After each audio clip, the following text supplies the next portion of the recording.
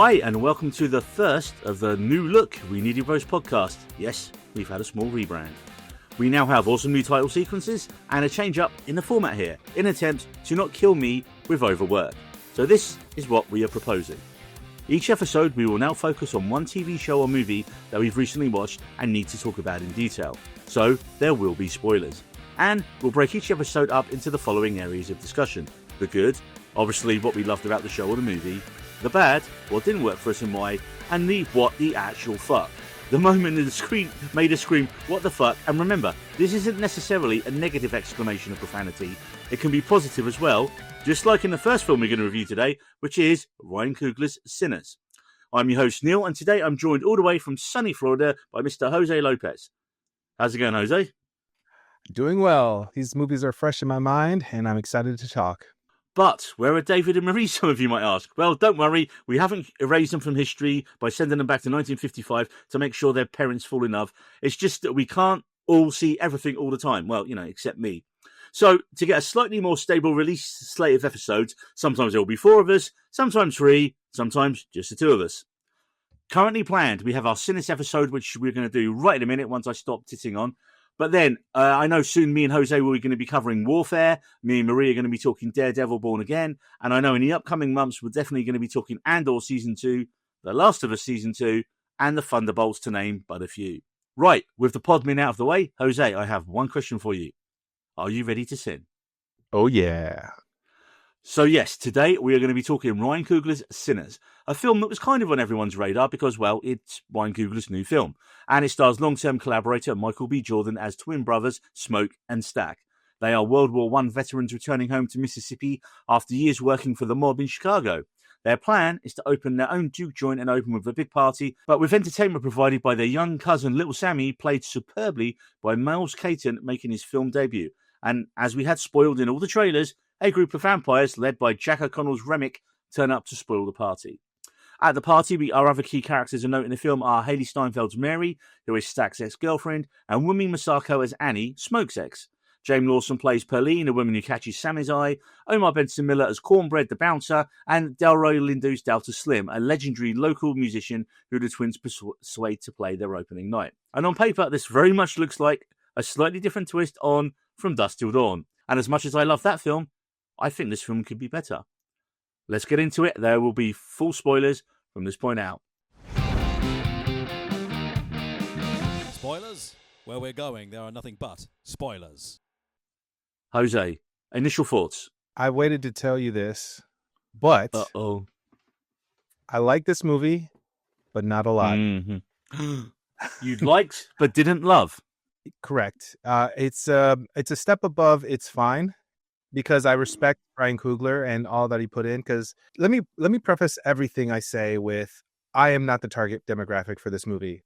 I think we've talked about this before. You are not the target demographic. So we take this all with a grain of salt, because I know that I'm not going to interpret everything the same as what Ryan Coogler wanted. So I just want to say that. I'll disagree with your month in there. Although I'm not the target demographic for the film, Jose, it does appeal to me because it literally opens with a guitar being tuned.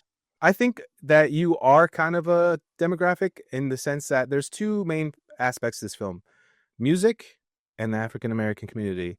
So I think those are the main people that are going to enjoy this, and you're definitely a music guy. So I think I saw that. I saw the music in this as being really good.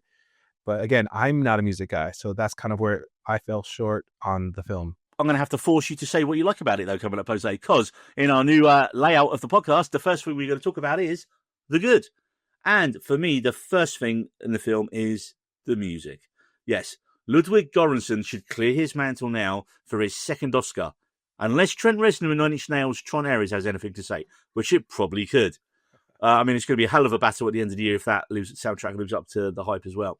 But Göransson's music, man, is transcendent. Like, from the opening note of the film, it's a guitar being tuned over the initial couple of shots. I was like, oh, yeah, you've got me from, like, the opening shot and bit of audio. What I like about the way the music develops is it starts off with the tuning. I mean, that's the first thing you do. So if you want to get really meta on it, like the film starting, get the instrument ready to go, tune the guitar, and that's literally just, it's so well aligned there for me. But like I say, it moves into more traditional blues. And then, of course, we do have the transcendent juke joint scene, which we'll mention later. You even have the Irish music, traditional Irish music in it once Jack O'Connell's Rebic turns up, before this kind of final shift into an almost heavy metal style score for the film's final scenes. And again, what the opening VO at the start of the film is the line where they say, they kind of have the idea that a certain kind of music can be so pure, it can pierce the veil between life and death. And that is what draws the vampires to the juke joint. It's the music they seek out. And of course, what's the song young Sammy plays that kicks it all off? I Lied to You. So, I mean, I loved opinion. Again, you're not a music guy, Jose, but what did you think about the music? Oh, I think the music was really great. That's definitely one of the pluses. As again, I said, I'm not a music guy, so I didn't catch all that detail. Like, I enjoyed it. I thought it was good, and I was vibing with it. And especially during the one scene where there was a transcendence of time. Mm-hmm. We're spoiling it. So it's the scene where he plays a guitar, and then like other characters from the future and the past come in. I thought that kind of took me out, but if anything, I thought it was really interesting to kind of use that. Like, it really showed what the character was talking about. So another thing for me is the build-up. I mean, we were well over halfway through the film before any kind of vampire shenanigans really take place. Yeah. And I can see why some people have said, do you know what? I would have enjoyed this if it wasn't even a vampire film. You know, if it was just a film about two gangster brothers returning from Mississippi after allegedly ripping off the mob in Chicago. So that's Al Capone, right? To set up their own juke joint while dealing with, you know, the clan on one side who potentially have just sold them it to steal it again straight off them. And then both brothers have issues with their respective exes in the town.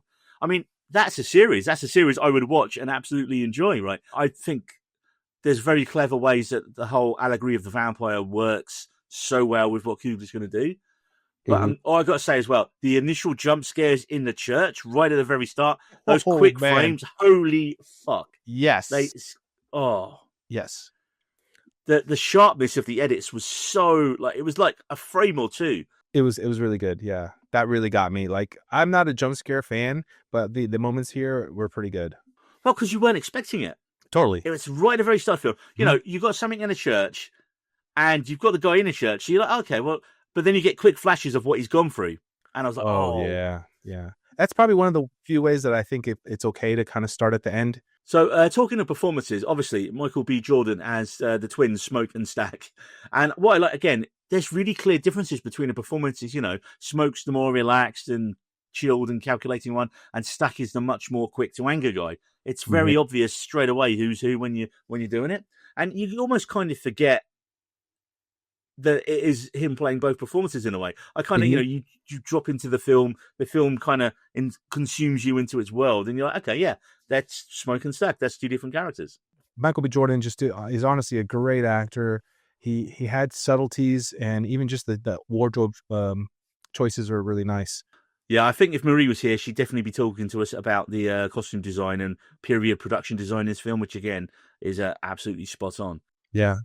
Want to talk Miles Caton or Caton? Apologies if I don't know the correct pronunciation of his surname, but he is a revelation here. He is only 20 or 21, according to Wikipedia. Wow. And this is his film debut as Sammy. And he has been a singer his whole life. And apparently he got his start. He was on a show called Little Big Shots in 2018. It's like a talent show in the States. You ever heard of that, Jose? Not at all. Not at all. Yeah, I mean, so it's a little show as well. But he toured as a backup singer for another artist I've never heard of called Her. Don't know. Do you know who Her is? No? I don't know Her. No, I don't know Her either. He also said, though, this is funny, when he's been doing press for this film, he'd like to appear in a Marvel film someday. And when asked who he'd like to play, he said, well, you know, my name is Miles.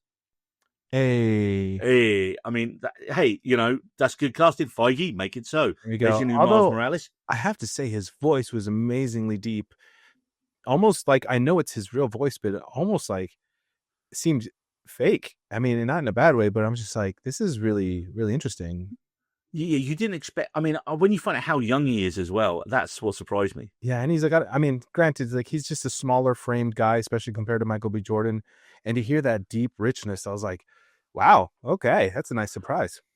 But then I suppose the funny thing is, like you say, you look at the poster and it's Michael B. Jordan's got his name above the line, you know. But this is really Sammy's film. It is.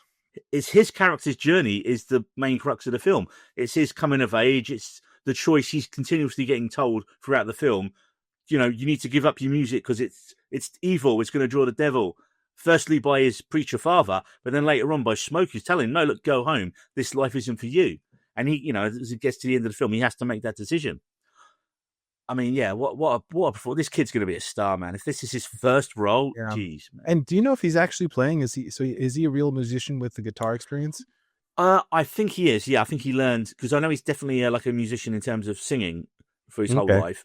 And I think his family's got a big musical background. Yeah. So yeah, and just the way it was shot, I'm fairly certain, like, when he had Chalamet and Complete Unknown playing, and it's one shot, so you can kind of tell, okay, when you see his hands in the shot, and I noticed that some parts you saw his head only, and then other parts you saw the hands only. So I wasn't sure if that really was him. I would have to see it again because I wasn't actually paying attention to that side of it as much on the first view.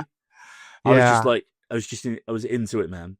We have to talk Haley Steinfeld as Mary Stack's ex, and as in real life, because I did not realize this, she is 1/8 black on her maternal grandfather's side. No way. She was half Filipino and half African American.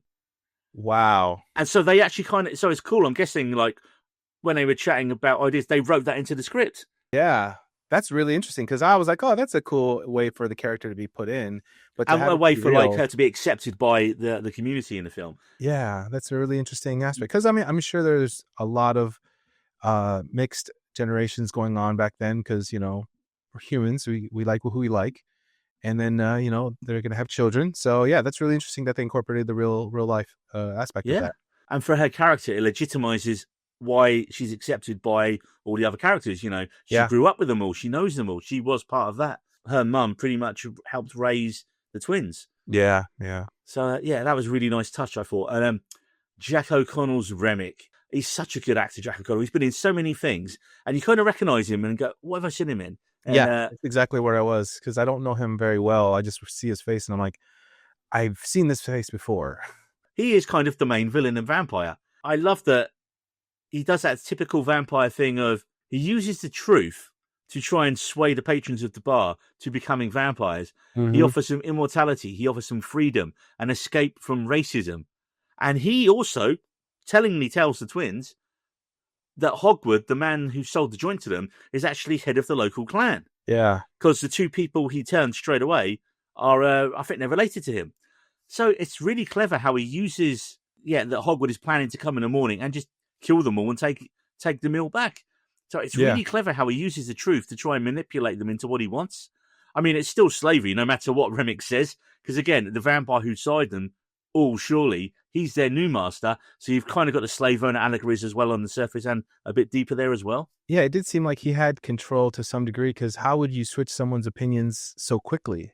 Haley Steinfeld, her character, was bitten off screen and then quickly just is on the mission to get one of the twins and to convert him. And then it seemed like this situation where it was like, even if they fed on their blood, they would still survive for the most part, unless I don't know how you would actually just kill someone.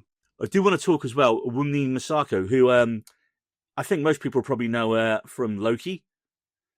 She's the agent in Loki. She's also done a brilliant UK horror film called His House, which is on Netflix, where she plays an immigrant who gets given a haunted house. That's an amazing, amazing film.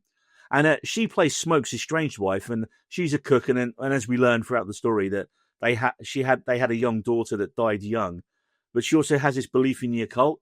And I like it when Smoke goes to see her and they're kind of arguing, and she's like, "Well, look," he's like, "Well, it didn't do no good. It didn't save my daughter." He's like, "Yeah, but it kept you and your brother safe." Yeah. And you're kind of like, "Oh shit!" So her belief in it probably did keep them in it when they were in Chicago. The sound design during that conversation, I thought, I don't know if you could hear it in your theater, but I was in a Dolby theater, and the subtleties in the sound design were amazing. It was just like little bits of music, little noise effects. Was really, really kind of like well done, in my opinion.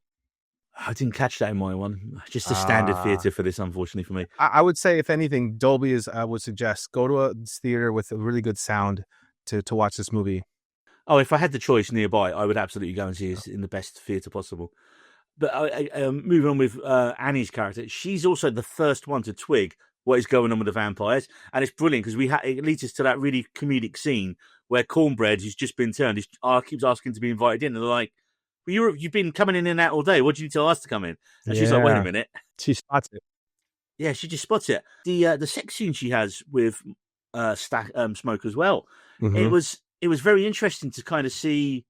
I mean, it's a very horny film. There are 3 different sex scenes in this film, but they were all shot really well and really differently. Tastefully. I mean, Sure. and there was wasn't in a kind of male gaze kind of way. And a few reviews I read, they said it was interesting. There was kind of a through line about the best way to deliver oral sex to a woman in a film. A lot of it was kind of pleasuring a woman in a film as opposed to the man in that terms there. So I gotta admit the through line with the oral sex was kind of like when he was first having the conversation on the car. I was like, oh, this is funny, because that's the cousin that's going to talk, about all that. And then for him to follow through later in the party, I was like, oh, okay, there we go. Okay, we got something here. he learned. He listened. Yes. Now, also, we need to talk about the success of this film because the deal that Coogler made means he gets the rights back to it after 25 years. Apparently that's unheard of in Hollywood. And I guess he just knew when he had the idea or when they were making it, at some stage, Coogler knew, do you know what, this film's going to be a hit. This is going to be a big deal, and I want to own it. And he's almost like leasing the idea in the film to the studio for the next 20, 25 years. I mean, it did cost a decent amount of money. It cost about $90 million to make. It did take around half that in its domestic weekend take. It took about $60 million overseas. So it's already smashed past its budget in its opening weekend. But did you see some of the stuff on the internet today? There was this weird Variety article where they praised the film, but kind of then backhanded complimented it, where they were like, oh, but it's still a long way from profitability. Well, yeah. Most films don't get into profit in their opening weekend unless they're a monster smash hit. Even then, a lot of them don't because they usually have higher budgets. So it was a weird way to phrase the success of the film. And it did actually lead to quite a few people attacking Variety and having a crack at it and saying, what the fuck's this? This is an original idea from a really amazing original filmmaker. Mm-hmm. Yeah. And Ben Stiller actually had a crack at him about it. Really? I didn't see that one. And you've got all these other people now coming out singing the film's praises. Also, another positive for me is the way the film deals with the cultural relevance of the American South in a positive way for a change. Because how many times do you see like the American South of that time and it's just portrayed as a really shit... You see the community that all the different immigrants have there. Obviously, it's a largely black area, but you see you have the Chinese immigrant couple as well, and you even have Native American vampire hunters. Yes. Which, I was like, okay, wow, that's something I've never seen before. Oh, also, this is the only non-comic book film I've seen that has 2 post-credit scenes. And, I mean, the first scene is really the final scene of the movie. If you left before the credits rolled, go and see the film again before I spoil it here for you. Because despite this being a spoiler special, you've only just learned about this now, I'm assuming. So, okay, you've gone and seen the film again, you're back. So, the coda to the film is like a scene set 60 years later in the early 90s, where we see an older Sammy clearly having a successful career as a blues guitarist when he walks through the door, but Mary and Stack again. And it turns out that Smoke can kill Stack, but he made him an offer to swear to leave Sammy alone for the rest of his life, which he agreed to. And, of course, they offer him one more chance of eternal life, to which he declines, and then they kind of reminisce over that night, which is, the bulk of the film that we've just watched. Stack says, and Sammy tells him, do you know what, despite everything that happened, that was the greatest night of my life, which Stack agrees with, because he goes, yeah, it's the last time I saw smoke, the sun, and the only time I've ever felt free. So even though he's clearly lived these last 60 years as a vampire, he still isn't free, because he's still tied to something, which in this case is being a vampire. So this kind of really changes the end of the film for me, because if you left before the credits, you would have seen, Sammy's final scene with his argument with his father and then refusing salvation and driving off with the guitar to take his chance on a musical career. You wouldn't know that he did have that career. Yeah. So when I was watching, I was like, this is a long scene, man. Yeah. Like post-credits. Yeah. And in a way, it's actually supporting the idea that, hey, you should follow your dreams, even though there's a risk that you won't be having success. And also, vampires. Yeah. Now, the success of the film as well, and the couple of little plot threads it leaves hanging there as well, it could set up a potential franchise. You could have a prequel that shows the brothers' time in Chicago. No, not a fan. I thought along that. I was like, no, do you know what? Or you could fill in the blanks and follow Stack and Mary through the decades after the events of the film. And again, I kind of think that would be a cooler story. But to be honest, I'm not a fan of either idea there, because I just think as great as everyone was, the film is really Sammy's story, and it finishes with this film. Coogler would need a really great idea to make this work again, because I just think the focus could pull you in two ways. Do you make it more a vampire movie, or do you make it more a music movie? And it's going to be really hard to mix those two together again after doing it so well here. There was an article actually on Cinema Blend by a guy called Mike Reyes, and he did say it better than I could, that using the extended metaphor of vampirism to resemble cultural appropriation through music would be a great hook for Coogler to develop a sequel. This made me laugh right at the end of the film. You think, you survive the vampires. Nope, you've still got to deal with the clan as well. And I love that the clan, so, the clan are worse than vampires. Because the vampires, obviously, if you look at their kind of... They had no preference. You're a person, you're going to be your converted. food. Yep. And like I say, the fact after, only Smoke and Sammy survive. Smoke then has to deal with the KKK. Yeah. So yes, the clan. But I love that scene when he just pulls out the giant gun, because you see that shot in the trailer, and you're like, "But it's daylight. Who is he shooting at in daylight?" Mm-hmm. So I think one thing you may have only just kind of skimmed over is the production design. I think having this set in 1932 is what I believe. Mm-hmm. The quality of the clothing, you can tell just by the way that the twins are dressed, that they are a step above most of the people in the town. The car they drive is something that the cousin really enjoys, and even though they have a truck that's kind of just a get you from A to B kind of thing, the main car they drive it shows you that they put in a lot of money. Honestly, the little stroll through the town that the daughter went through from one store to the other kind of shows you the setting itself as well, kind of like, hey, this is what it was like, and it kind of sets the theme for like the kind of world they were in. I think it was a little bit of character building to show that the father was in one store and the mother was in another. That means they were successful despite the fact that they were of Asian descent. But because they were in that town where it was more welcoming, they were able to be successful. Well, that's what I said. It was a positive representation of the Deep South at that time, which you don't normally see. You get that sense of community. Like I say, you see the African-American community, you see the Chinese community there, and you see everyone just getting along, which is great. Yeah, this is a wonderful setting that I think doesn't get seen very much. And if it is seen, it's shown off as something lowly and just like downtrodden, and it doesn't show people succeeding very much outside of the main cities. Yeah, 100%, man. They even had the Indian vampire hunters, which I thought was really unique. But again, this is that if I want to go deeper into that, it'll be more in the not great, the bad, because that's a freaking Chekhov's gun right there that they didn't pull.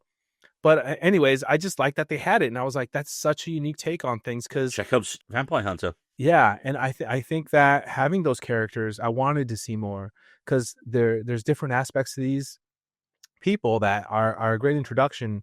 The harmonica player who's a drunk who can still play really well. Who's English? Yeah, you're right, isn't he? Yeah, Delroy Lindo. Yeah. Mm-hmm. And I really enjoyed the diversity of all the characters, and showing them where they came from the cotton picking to come to the club, and the wife. Even though you get one little quick scene with the wife of the bodyguard, she shows some little fun sass right there, with Michael B. Jordan. So yeah, I really enjoyed the characters of this movie. I'll definitely agree with you on the music. The music was a really strong part of why this movie was really good, and I think that's probably why a lot of people are enjoying it so much.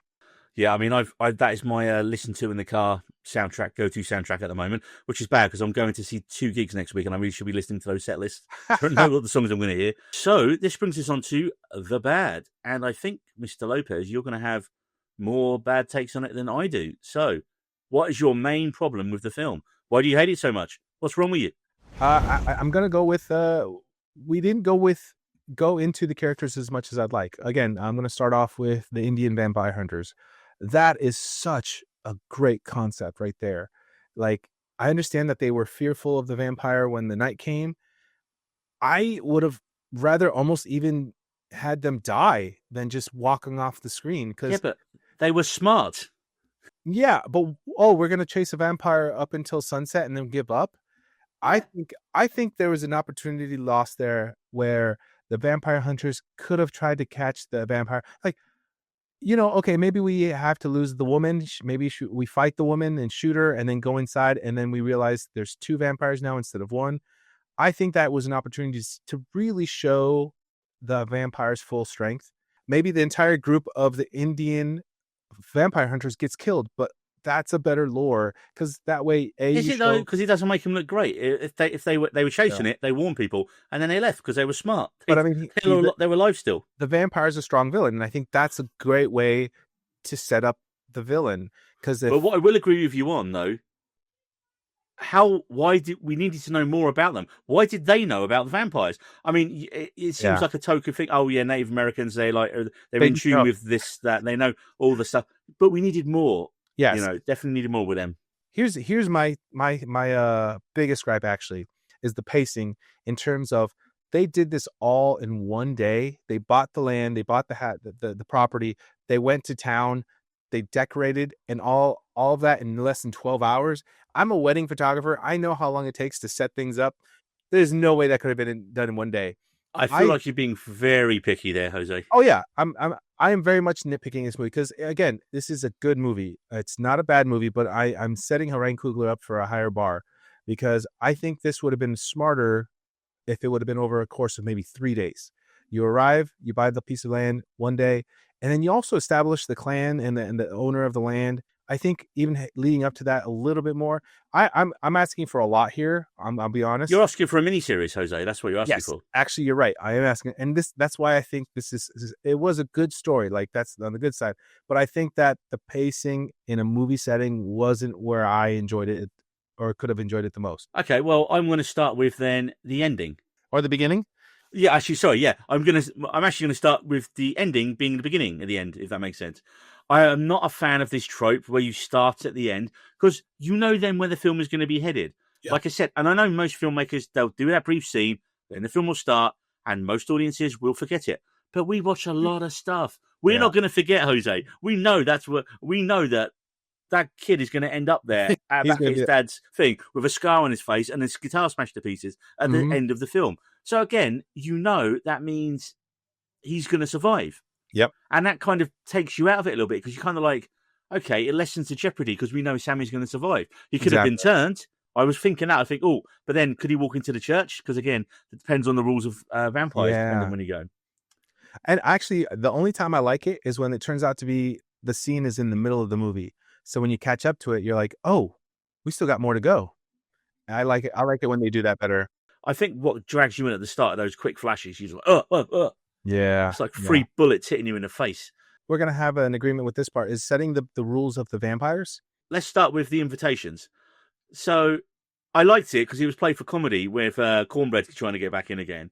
But then when Grace tells them to come in because she just wants to fight them and get out, and I was like, wait, so one invitation is just good enough for all of them? What about the ones that weren't in earshot, Yeah, I think that's a really interesting concept, and I just personally didn't like her doing that at all. I understand she was upset about her husband and then threatening the daughter. It's when they're threatening her daughter, though, isn't it? There, she's like, "Fuck it, I don't care." But I don't know the pay. It seemed like out of 100, like it was too quick of a turn to anger. I don't think so. I think she'd lost her husband. She knew that he was turned. She had that scene with him, and then there's a threat to the daughter. And they're still telling her, and she just has enough. I think it was, in the time they had, I think they did it as well as they could, to be fair. Yeah. Because she's a side character. She's not one of the main characters. You can't spend that long. I thought she had a great situation where she acted that really well, but I didn't see any lead up to it. And I think that's what lost me, is that we saw a lot of the other characters, mostly Stack and Smoke, but we didn't really get too much with the wife. I feel like if we would have seen more with the wife and her husband, showing their love for each other and them enjoying that. I think we had enough. You want a miniseries, man. You want a miniseries. And the irony is, the things you don't like about it is that you didn't have enough time with this character. You didn't have enough time with these characters.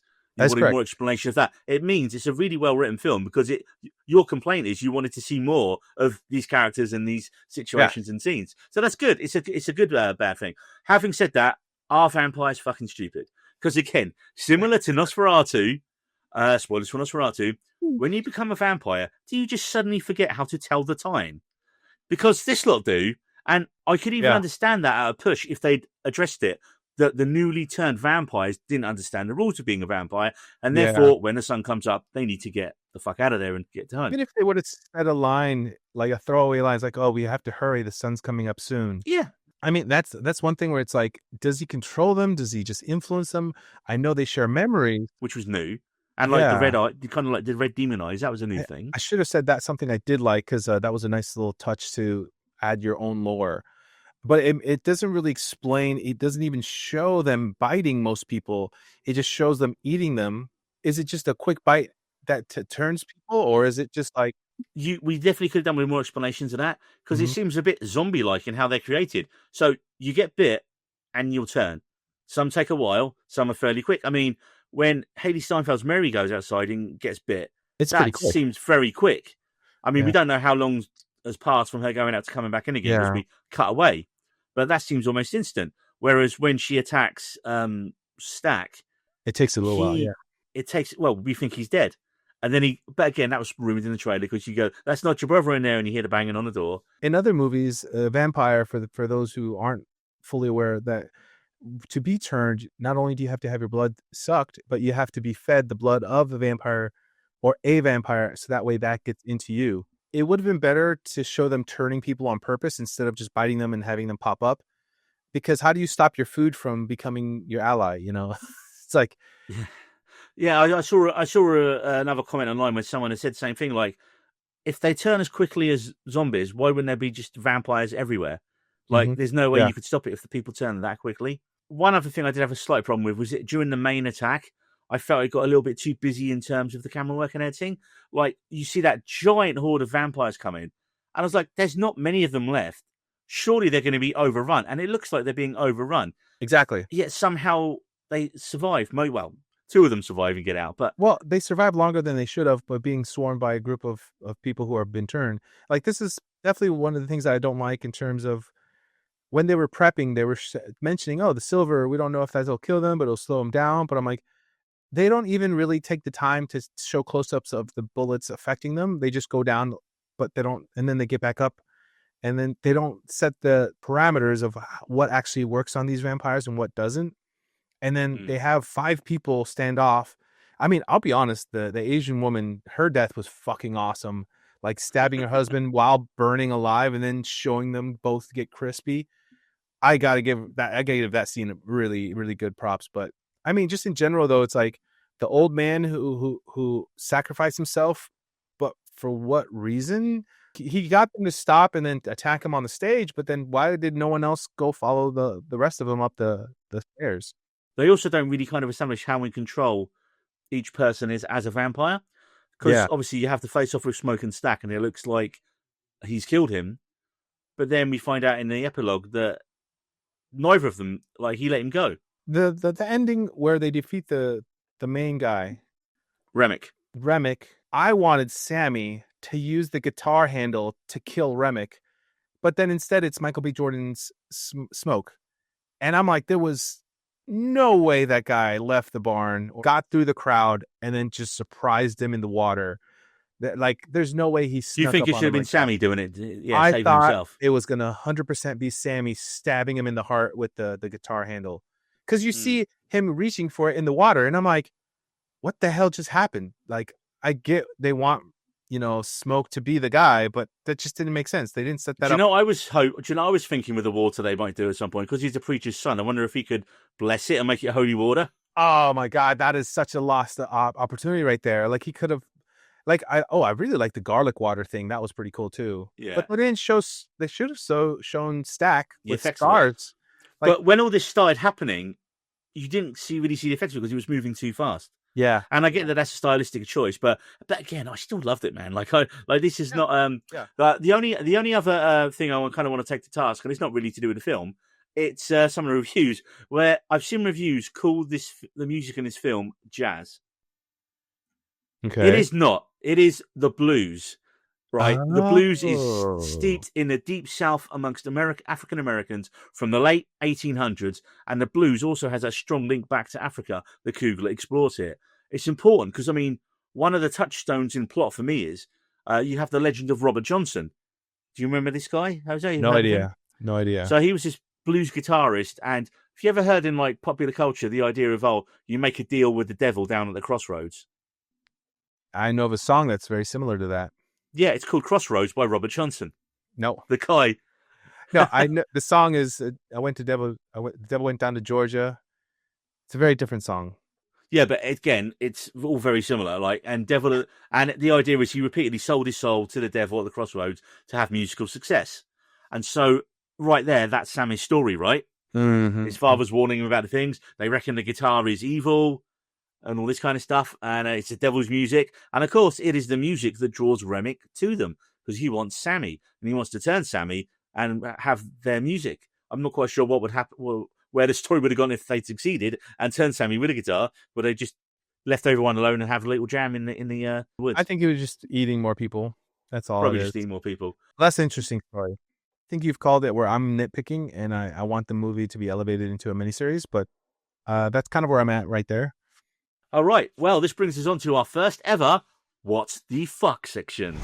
And for me, this is a positive what the fuck. It's not a what the fuck in a bad way.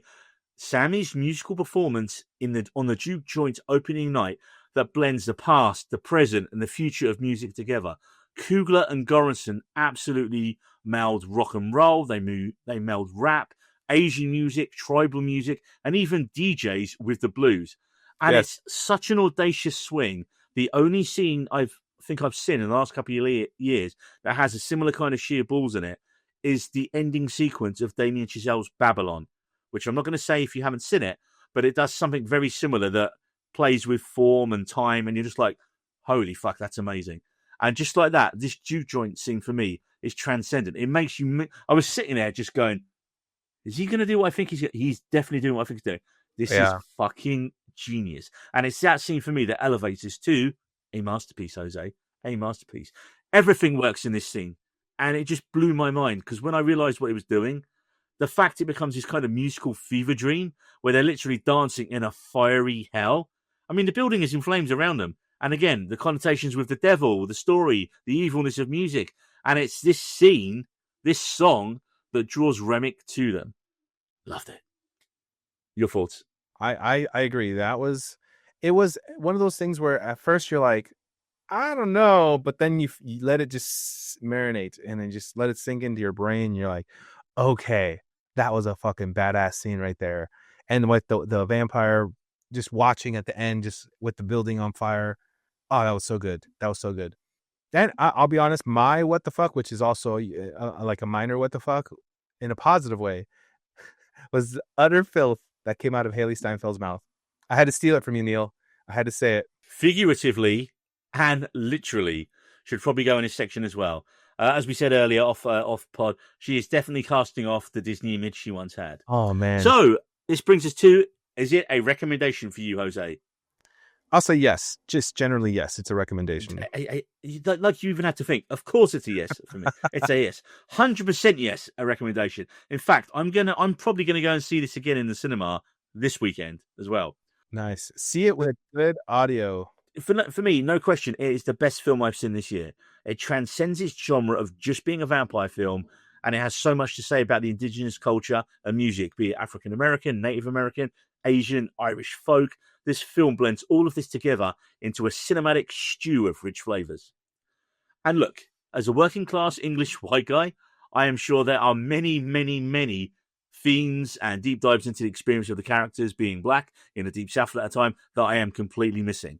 So let me recommend you some homework and deeper reading from the following critics who have done some amazing reviews, and I will put the links in the tweet when this goes out. So from Angelica Jade Bastian, she wrote a brilliant article for Vulture saying Sinners is bold, ambitious, and just misses greatness. Cambole Campbell, who wrote for Little White Lies his Sinners review, go and check that out. That is a really good review as well. And we have Kelechi Ehenelo, who also said, who wrote an article saying, for Digital Spy in the UK, saying, Sinners might have been spoiled in its trailers, but it's so much more than a vampire movie. So, Jose, your ranking out of 5. It's interesting because... From what you said, it should be a 4. I'm going to say it's a solid 4. Good. Again, I'm going to reinforce that it is not for me, but I think that people will enjoy this movie, so it's worth watching. 4 out of 5 stars. And for me, it's a 5 out of 5. As I already said multiple times in this episode, it is my favourite film of the year so far. So that's all the time we have on this week's episode of the We Need Roads podcast. I'd like to thank my co-host, Mr. Jose Lopez. And Jose, where can people find you on the socials? Well, my personal Instagram is @SpanishJoe.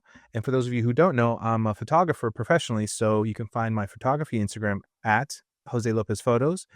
And if you're specifically looking to hire me, you can go to my website at www.jlopezphotos.com.